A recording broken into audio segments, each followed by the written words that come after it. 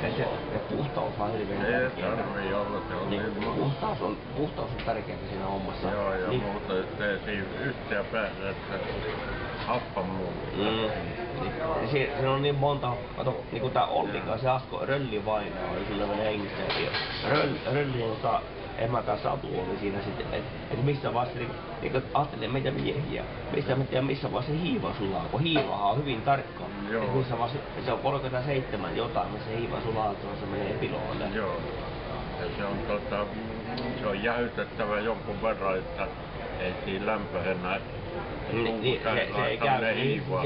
se ei käy siihen. Joo. Se ei käy siihen. Ja se on aina, laitettiin yleensä, meillekin otettiin se pienempää astiaa ja siinä hiiva ja siinä käytettiin.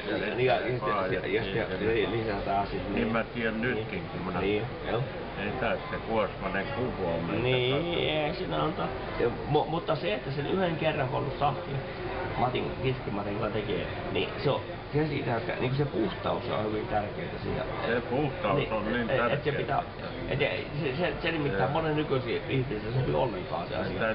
Se puhtaus on niin hirveän tärkeää. Astiat on niin puhtaat. Niin.